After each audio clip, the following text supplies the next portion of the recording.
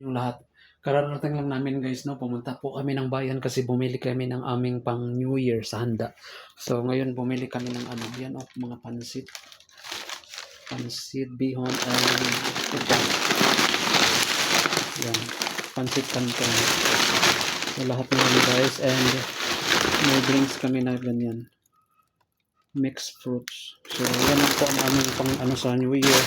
And yan isang manok na 11 grams. Dalawa kasi ang isa i-broast namin and ang isa is gawin naming ihalo namin sa pansit.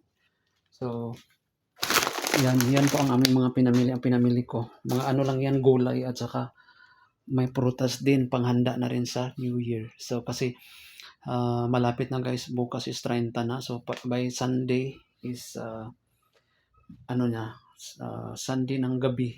So kailangan is maghanda na para hindi na kami mamili bukas or kasi wala na kaming time.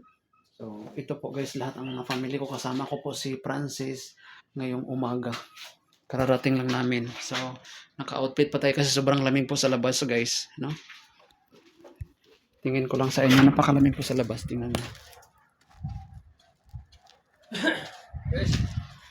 Nakalam kater barid outside. Wala po siyang araw guys, tingnan niyo. Tapos sobrang ano, yan oh, maulan kagabi. So nagmamadali kaming bumalik sa bahay. So yan po. Kasi malamig na malamig sa labas. So kaya nga sabi ko uwi tayo kaagad pagkatapos naming magmamili para sobrang lamig guys kasi wala pong araw.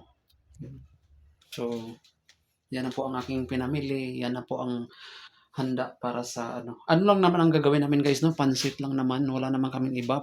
Pansit at saka ano lang, yung broasted. Yun lang po ang aming konting kainin by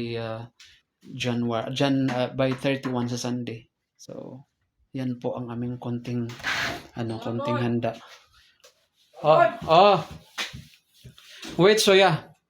Badin ano guys, tapos ibabad ko na yung ibobroast namin, ibabad ko na mamaya para pagka Sunday lutuin ko na po ang lutuin na namin kasi hindi kami papasok niyan.